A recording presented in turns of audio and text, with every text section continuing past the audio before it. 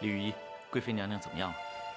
回殿下，皇贵妃娘娘身子虚弱，又加上情绪紧绷，才会导致这晕眩的急症。只要多加休息，再服几帖安神养心的药，应无大碍。好，你去抓药吧。这下官告退。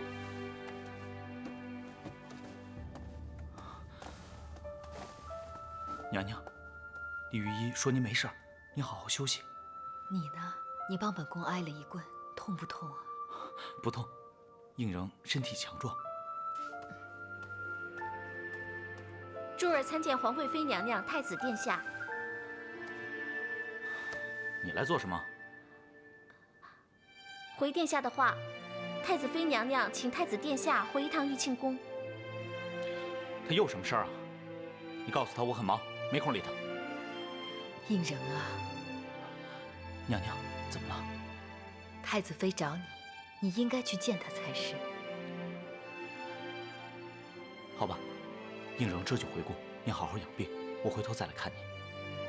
你快去吧，我躺一会儿就好了。而且还有灵儿在这照顾我，我没事的。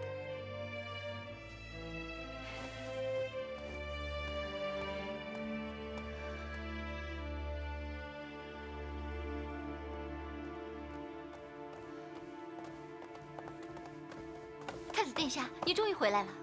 什么事儿啊？皇贵妃娘娘正病着呢，有什么事儿赶紧说。臣妾听说，韩香与葛太为了查案，竟然查到了皇贵妃的头上，还搬出了皇太后，找皇贵妃去问审，害得皇贵妃身心俱疲，还病倒了，是不是？没错，这跟你找我来有关系吗？太子殿下，这事儿你还看不破吗？柳含香利用皇太后对她的信任，竟然查案查到皇贵妃的头上，这分明就是栽赃啊！想陷害皇贵妃。你别胡说八道，谁敢找皇贵妃娘娘的麻烦？你有所不知，后宫妃嫔之间暗中角力，相互争宠，之前的宣妃不就是很好的例子吗？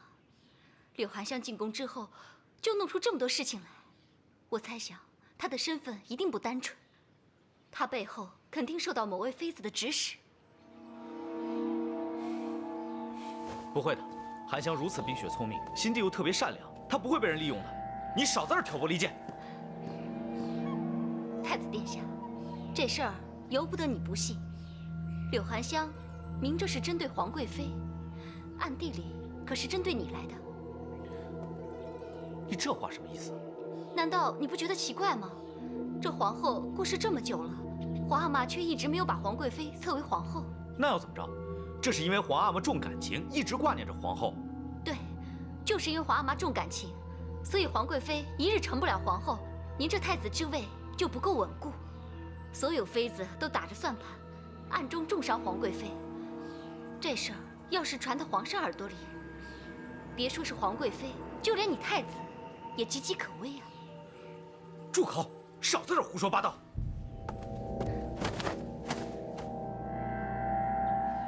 你想想，当今皇子个个都对你虎视眈眈，若是少了皇贵妃护着你，那其他妃嫔皇子不就更有翻身的机会了吗？更何况这后宫之中，除了皇贵妃和我，还有谁在为您着想啊？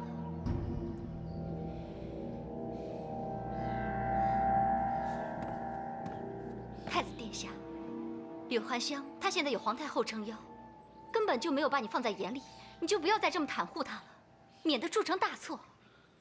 韩香她不是这种人，说来说去，你这就是在吃醋，嫉妒柳含香罢了。你别再执迷不悟了，柳含香她不值得你这样付出。哼。更何况她跟葛太早就在一块儿了，你就不要再自作多情了。你胡说！我没有胡说，你心目中那个楚楚可怜的柳含香，她已经原形毕露了。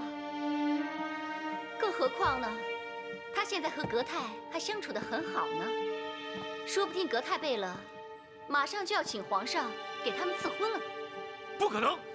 你少在这道人长短，说人是非了。前些日子你还没有玩够吗？先是诬陷春竹偷了东西，牵扯到韩香头上来了，到头来却把你自己的脸都给丢尽了。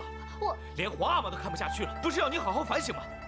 哦，事隔没多久，你又故态复萌，搬弄是非了，你简直就没救了。涂和齐，我们走。你给我站住！你要是不相信我的话，我有人证可以证明，葛泰与韩香已经在一块儿。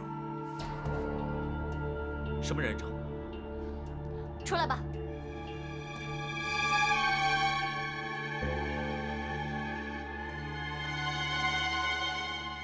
奴婢春竹参见太子殿下。起来吧。谢太子殿下。春竹，太子殿下不相信我说的话，你把你所看到的一切，从头到尾，仔仔细细的，都告诉太子吧，让太子殿下自己做个评断吧。是，娘娘。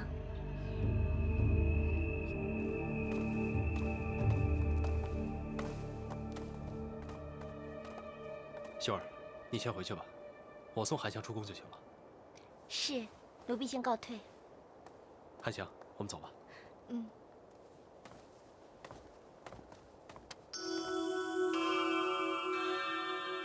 经过就是这样。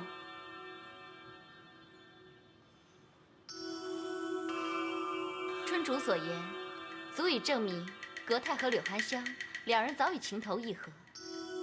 但是，太子殿下，你怎么不说话了？这不可能的事，你叫我如何相信？春竹，你是不是受了太子妃的威胁才故意这么说的？你为何如此袒护柳寒香？就连春竹说的话你都不信？柳寒香她到底哪里比我好？她有的你都没有。太子殿下，奴婢所言都是亲耳所闻、亲眼所见，不敢有所欺瞒。况且葛泰贝勒还当着奴婢与木儿的面，主动牵起韩香的手。什么？那个葛泰牵了韩香的手？春竹，你不用怕，继续往下说。是。葛泰贝勒之所以牵韩香的手，就是为了向奴婢和木儿证明他们两个真的在一起了。所以此事除了奴婢之外，木儿也是亲眼目睹。太子妃娘娘，臣有一事不解，想问春主。涂和齐，你想问什么，就尽管问吧。这，春主，在司衣库里边，你和韩香是最要好的姐妹，要不然，她也不会把自己跟葛泰贝勒的事情都告诉你。而且，据我所知，她曾多次替你挡下灾祸，对吗？是。那你为什么明知此事对韩香不利，还要据实禀报呢？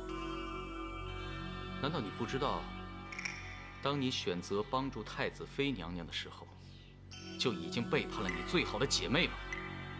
哼，果然，你说的那些都不是真的，对吧？哼哼，本太子就知道你是被逼的。春竹，你就放心大胆的说实话，天塌下来，本太子替你挡着。是姐妹，又怎么样？奴婢从小就被人嘲笑，但无论到哪里，身边都有一个好姐妹。刚开始还真以为她们是真心为奴婢着想，久了才发现，她们接近奴婢，只不过是想衬托她们自己的美好罢了。韩香她不是这种人。春竹，韩香是怎么对你的？上回汝窑瓷失窃的时候，本太子可是看得清清楚楚啊。是啊，春主，你是不是都忘了？奴婢没忘，但那虚伪的友情背后，藏着你们所不了解的真相。什么意思？正所谓红花配绿叶，才能吸引目光。而那绿叶呢，就是像春竹这样比较不出色的人。韩香长得漂亮，绣工又好，不止同司库偏爱她，就连皇太后也宠爱她。韩香之所以没有踢开奴婢，就是因为她觉得奴婢的平庸还不足以威胁到她。你这样想，实在太偏激了，这根本就不是事实。不，奴婢只不过学会了替自己着想罢了。韩香能有的，我春竹也可以做得到，所以奴婢才会主动投靠太子妃娘娘，就是盼未来能够衣锦还乡。你这个不知羞耻的东西，背叛自己的姐妹还大言不惭！太子殿下，你别偏离了重点。春竹如此坦白，就是为了证明葛泰与韩香在一起的事实。事实证明，柳寒香背弃你在先，你就不要再帮她了。春竹，那个葛泰跟韩香到底到了什么程度了？他们他们关系自然是十分密切了。奴婢猜想，既然他们都敢在人前恩爱牵手了，那么关起门来，岂不就……好了，不要再说了。太子殿下，既然有情人已成眷属，那你以后就不要再对柳含香客气了。该有的分寸和惩处都得公事公办，要不叫皇贵妃娘娘怎么咽得下这口气呢？够了，事情该怎么做，本太子自有定夺。太子殿下，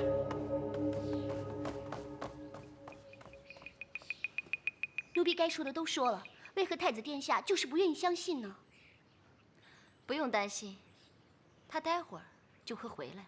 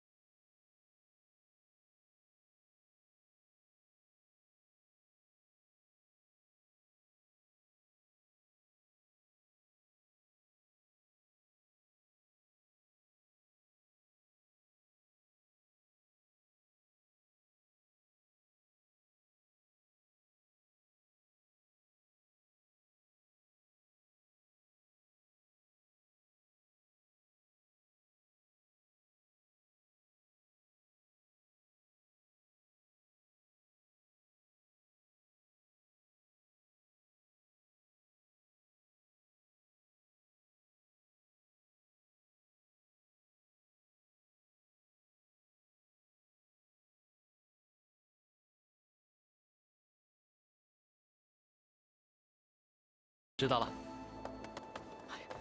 太子殿下，您慢点。本太子要去找韩香，把所有的真相都告诉他，让他知道春竹有多卑鄙。他听后定会因为感激投入本太子的怀抱。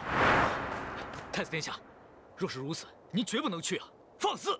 你给我滚开，挡着本太子的路了！奴才不能让。大胆！你也想反了吗？难不成你也被太子妃收买了？奴才对太子殿下忠心不二，绝不会投靠其他主子。那你挡我路干嘛？其因有二：首先，韩仙和春竹情同姐妹，未必会相信我们所说的。春竹背叛了他；其次，是怕太子妃娘娘有所图谋，那我们岂不就误入陷阱了？这只是你自己的猜测。就算韩仙愿意相信咱们，他和格泰贝勒在一起这事儿已经是事实。单凭此事，太子殿下未必能够取代格泰贝勒在韩香心目中的位置。若是因为此事，反而增加他们两人之间的感情，那可就不好了。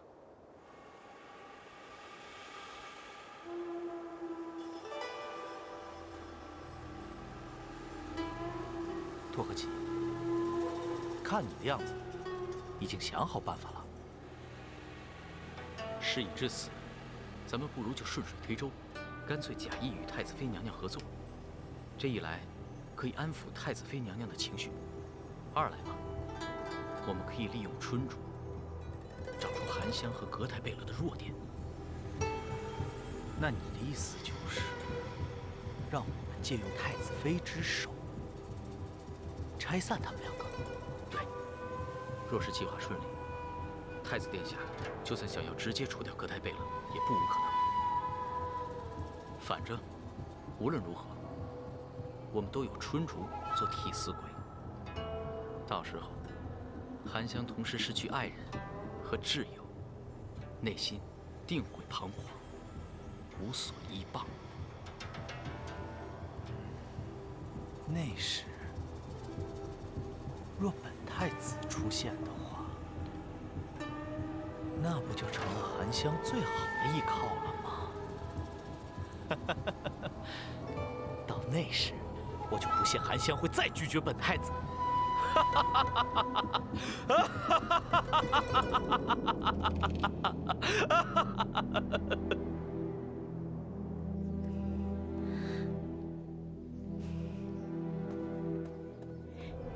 太子妃娘娘，太子殿下到现在还没有回来，会不会是您推断错误了？要是太子殿下去向韩香说奴婢的事，那可怎么办才好？托和其可不是省油的灯，他为了顾全大局，就算是说破了嘴，他也一定会把太子殿下带回来的。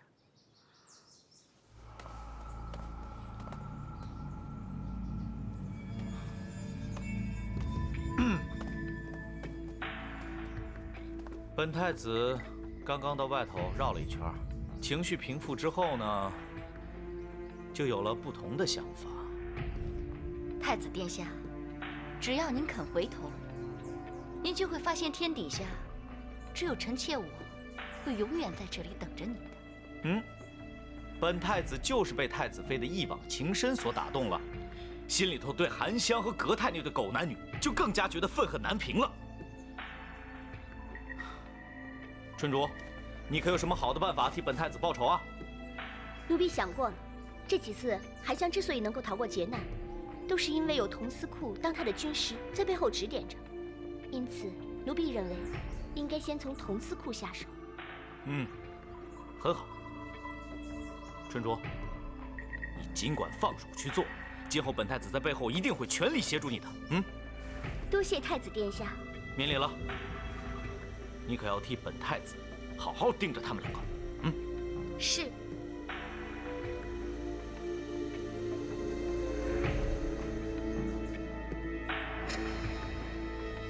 胤禛，你这番话若是真心，那就最好；但就算是假的，臣妾也会把它弄假成真。皇太后，吃点茯苓饼定定神吧。大家都知道当年乙丹躲在普寿寺，只有哀家浑然不知。哀家想起来就没有胃口。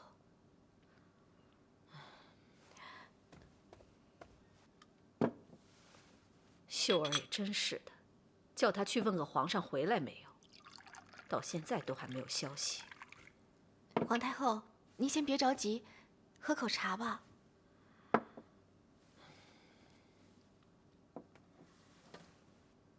一刻得不到答案，哀家这颗心就不得安宁。奴婢猜想，皇上之所以会隐瞒了这个消息，恐怕是有什么难言之隐。皇太后，您还是再耐心等等吧。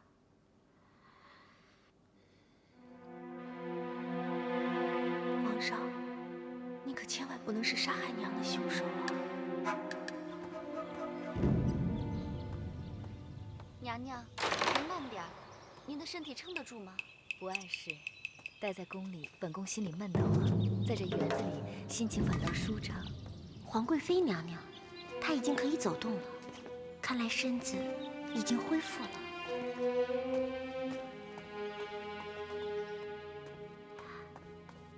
秀儿，皇上回来了没有啊？回皇太后，皇上还没有回宫。哎，皇太后，秀儿姐，要不要奴婢去请御医啊？不用，哀家只是心里着急，身体没什么大碍，不必惊动御医了。是。皇上迟迟不回来，也不知道皇贵妃身体好些了没。就是想随便问个话，也不知道该问谁。皇太后，方才奴婢经过御花园，看到皇贵妃娘娘跟灵儿在散步，想必皇贵妃身体应该好些了吧？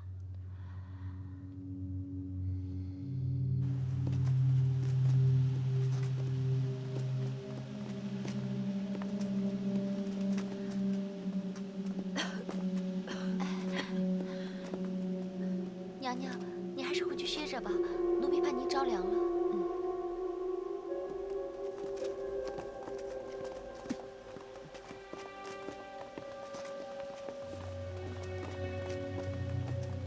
臣奴婢参见皇太后。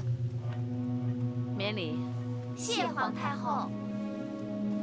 皇贵妃，你的身体好些了没有啊？谢皇太后关心，刚服过御医开的药，感觉好多了。那就好，我们去凉亭聊一聊吧。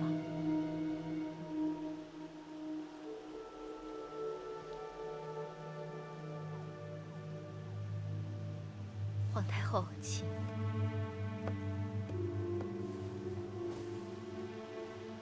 不知道皇太后找臣妾想聊什么事啊？皇贵妃，哀家就开门见山了。以丹失踪这件事，你到底还知道些什么？希望你能老老实实的告诉哀家。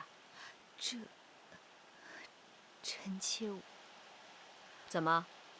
是不是非得等到皇上出现，你才愿意跟哀家说呀？你到底有没有把哀家放在眼里？请皇太后息怒。起来回话。是。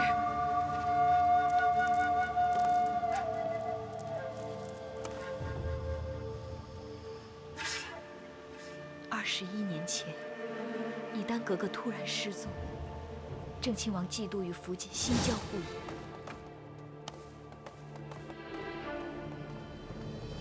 郑亲王，请。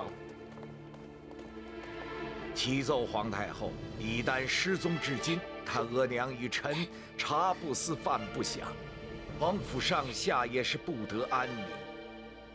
请皇太后发慈悲下懿旨，帮助寻找以丹。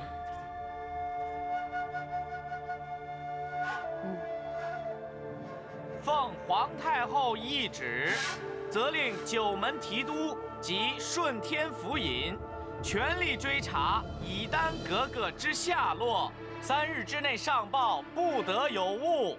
臣遵旨。给我仔细搜。这。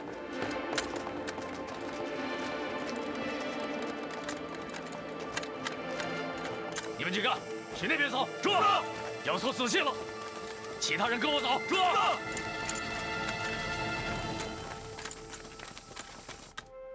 启禀皇太后，微臣连续搜索数日，但一无所获，请皇太后降罪。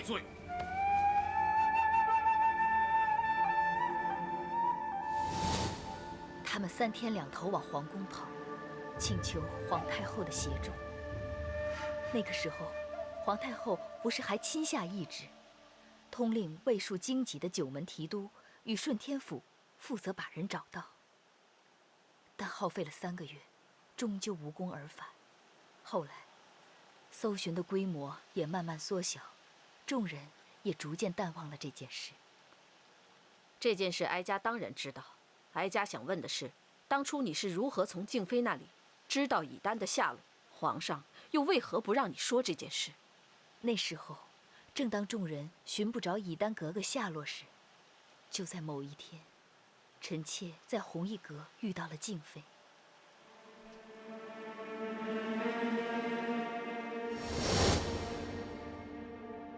当静妃在弘毅阁遇到臣妾时，神色十分慌张。臣妾觉得可疑，于是便支开了旁人，单独与静妃交谈。静妃这才拿出以丹的书信，并告知了臣妾有关以丹藏匿的地点。是。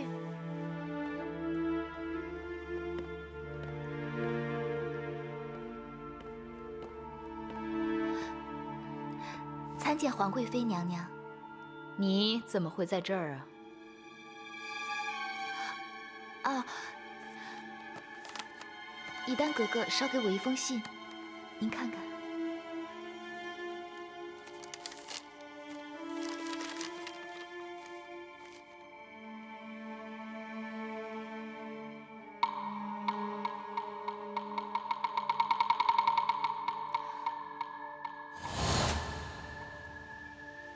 现在想起来，弘毅阁是内务府的银库，也是收存金银珠宝玉器的地方。静妃当时一定是在观察想要盗取的目标，或者是正准备下手，不慎意外让我撞见，才会与臣妾岔开话题。因此，臣妾才会知道以丹躲在普寿寺。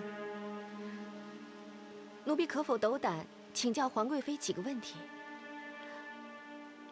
韩香，有话你就直说吧。请问皇贵妃娘娘，当初为何会去弘毅阁？奴婢记得静妃说过，皇贵妃娘娘好像很关心以丹格格的事情，这又是怎么回事？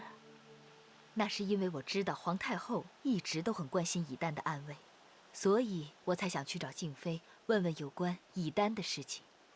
既然你后来知道了以丹的下落，为何不立即来禀报哀家呢？当时臣妾知道以丹的下落后，的确想要立即禀报皇太后。不过不巧的是，那天您为了以丹出宫上香祈福去了，所以臣妾才会先去禀报皇上。可是，皇上知道这件事后，却反而叫臣妾先别声张。皇上向来孝顺，他明知道哀家心急，又怎么会说这样的话呢？皇上的意思是，那封书信不知是真是假，万一找不到人，岂不是让皇太后徒添伤心吗？所以皇上便先派人前去普寿寺寻访，没想到却没找到人。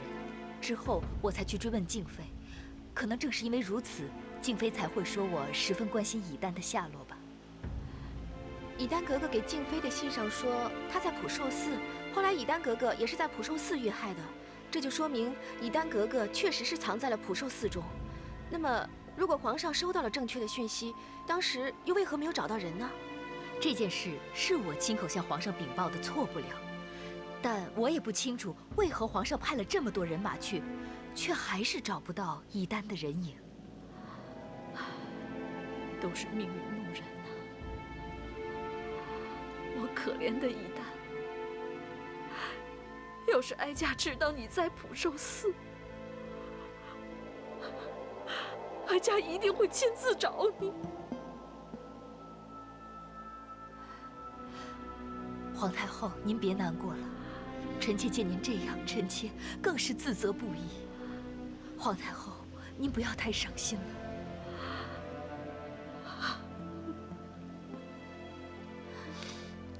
皇贵妃娘娘，前些日子，奴婢记得您曾经对奴婢说过，为了保护太子殿下，会不惜一切代价摒除障碍。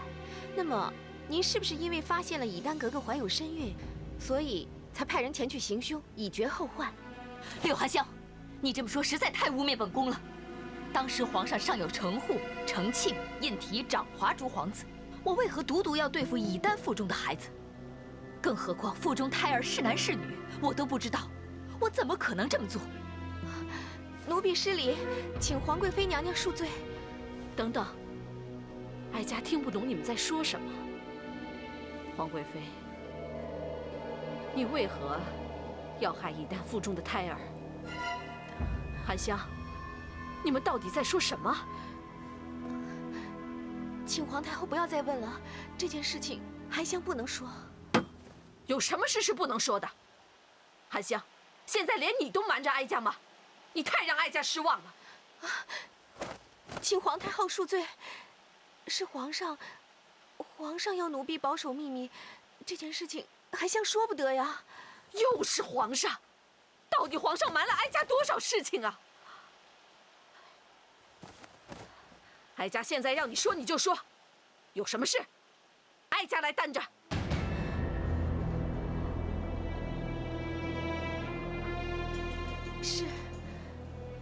事情是这样的。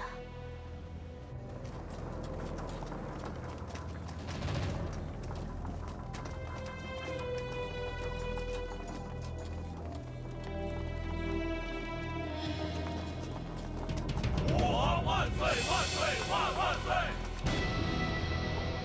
含香，你说的这些都是真的？皇上和以丹？含香所言，句句属实。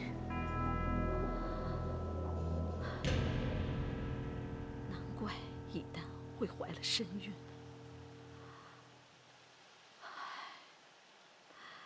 怎么会发生这样的事？怎么会发生这样的事呢？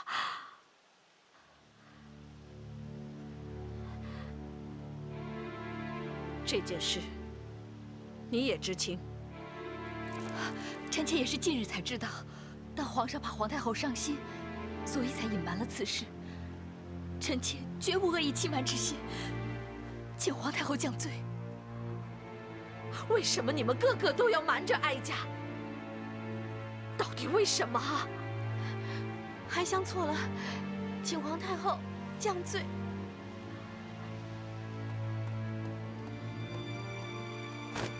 奴才参见皇太后。小木子，是不是皇上回宫了？启禀皇太后，皇上已经回宫，方才也去过了宁寿宫给皇太后请安，但皇太后恰巧不在。皇上现在在哪里？皇上现在正在养心殿书房。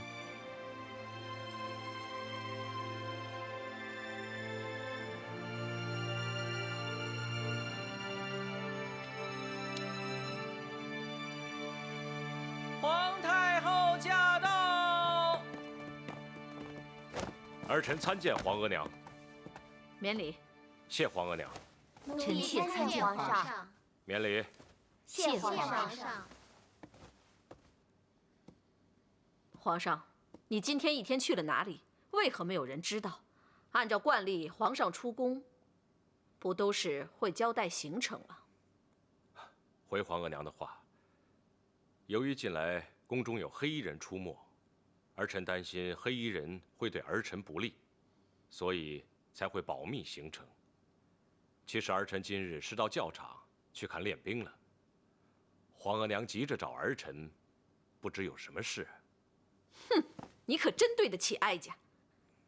你到底有多少事瞒着哀家？皇额娘，此话怎讲？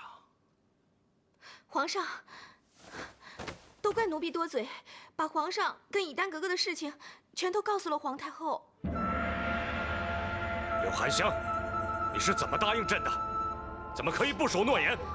奴婢该死，请皇上降罪。你不必责备他，是哀家逼含香说出来的。要怪，就怪你自己瞒着哀家。哀家要你把那天的事情全部的给哀家说出来。哀家要知道，你和以丹到底发生了什么事。是，儿臣会一一说给您听。你们都退下吧。是。等一等，含香留下。皇额娘，含香对此事非常了解，哀家要她留下来帮忙听一听，看看皇上有没有说谎。儿臣怎么会对皇额娘说谎呢？你都瞒了哀家这么多事情了，哀家还能信任你吗？儿臣知道了。含香留下，其余人都退下吧。臣妾告退。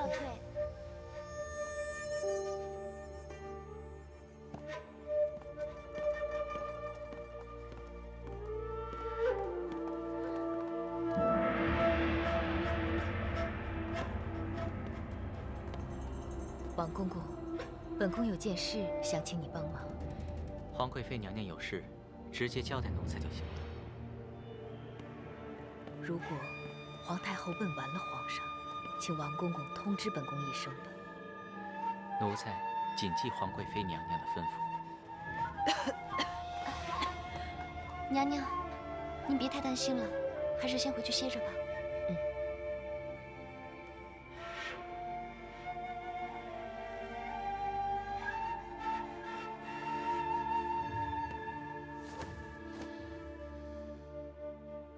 皇上，现在人都走了，只剩下哀家跟含香，你可以说了吧？事情是发生在21年前3月初5的那个晚上。儿臣因为前去参加平南王的告老宴席，多喝了几杯。没想到回宫之后，儿臣竟将以丹误认为是侍寝的嫔妃。皇上果然是好酒量，趁此良机，本王要和皇上不醉不归。此言正合朕意。不过，既然是群臣共饮，平西王岂可独占美酒？诸位爱卿之中，海量者大有人在，朕要一个一个喝过，谁也别想成为漏网之鱼。来，朕先敬诸位爱卿。谢皇上。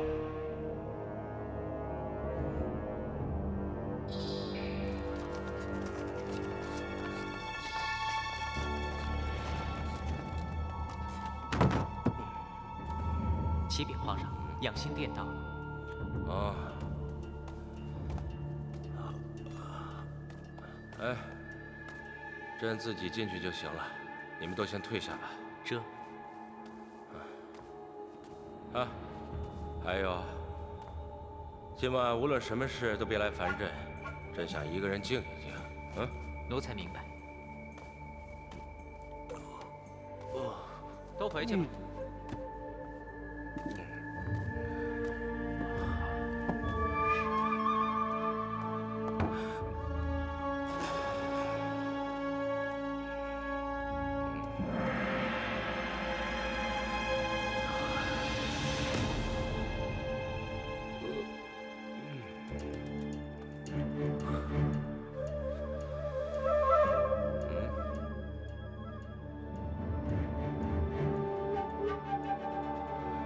有人拾起啊！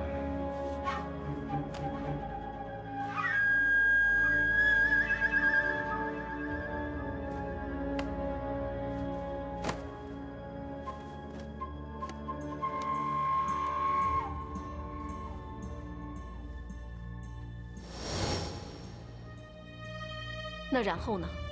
然后隔天一早，儿臣却发现自己的手掌上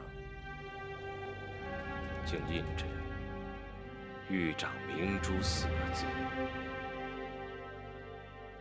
所以儿臣便召来净室房的总管太监安和顺。询问之下，方知前晚陪儿臣共枕的是当时的李贵人子和。于是儿臣便在同月底再次召他侍寝，但不知为何，儿臣总感觉这2晚陪侍的女子不像是同一个人。当时儿臣也以为是因为喝醉酒的原因，所以才会有这种感觉。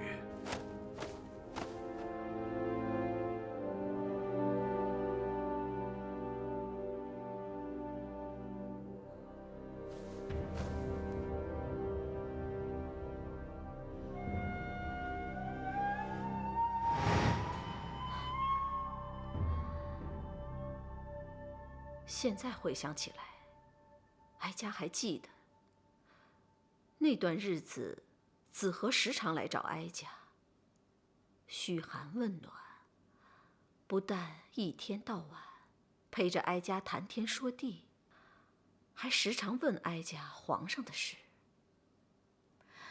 皇太后，当时宣妃询问过关于皇上的什么事情啊？比如皇上喜欢喝什么茶，喜欢吃什么，有什么喜好，诸如此类的事，应该也是想投皇上所好吧。哦，原来如此。由于那时子和深得皇额娘的疼爱，所以儿臣便听从皇额娘的意见，将她封为宣妃。这件事哀家记得。然后呢？然后儿臣又召她侍寝，并问她有关于玉掌明珠的事儿，可宣妃却是一问三不知。这下子儿臣更加确定，3月初5那晚与儿臣共枕之人，绝对不是她。于是儿臣表面上不动声色，暗地里却命小木子去净室房调阅起居部，发现3月初5那晚是小李子等4人当值。于是儿臣便想将此4人叫来问话，结果竟是这4名小太监的总管安和顺前来回报。安和顺说，这4名小太监有3人意外坠崖身亡，1人失踪下落不明。儿臣只好改问安和顺，为何差这4名小太监将子和送入养心殿。安和顺推说是他看错了玉蝶，然而儿臣再三回想，非常肯定自己从未挑选过紫河的玉蝶。既然如此，又何来错看之事？不过这个问题至今怕是随着安和顺死去，死无对证。因为当时已经封紫河为宣妃，在真相尚未弄清之前，儿臣决定不泄露此消息，就是怕惹出更多不必要的麻烦。可没多久，儿臣便从皇贵妃的口中得知以丹的下落，于是儿臣就立刻派人去找他。皇上，皇贵妃告诉您，以丹格格她就在普寿寺里，对吧？嗯。那么，以丹格格最后也是在普寿寺里发生的意外。如此说来，皇上您的确是找到了以丹格格本人。皇上，韩香的推论是错还是对？你怎么不回答呀？没错，当时儿臣的确是找到了以丹。哎，刚才皇贵妃明明说，皇上当年没有找到以丹，为什么现在又说找到了？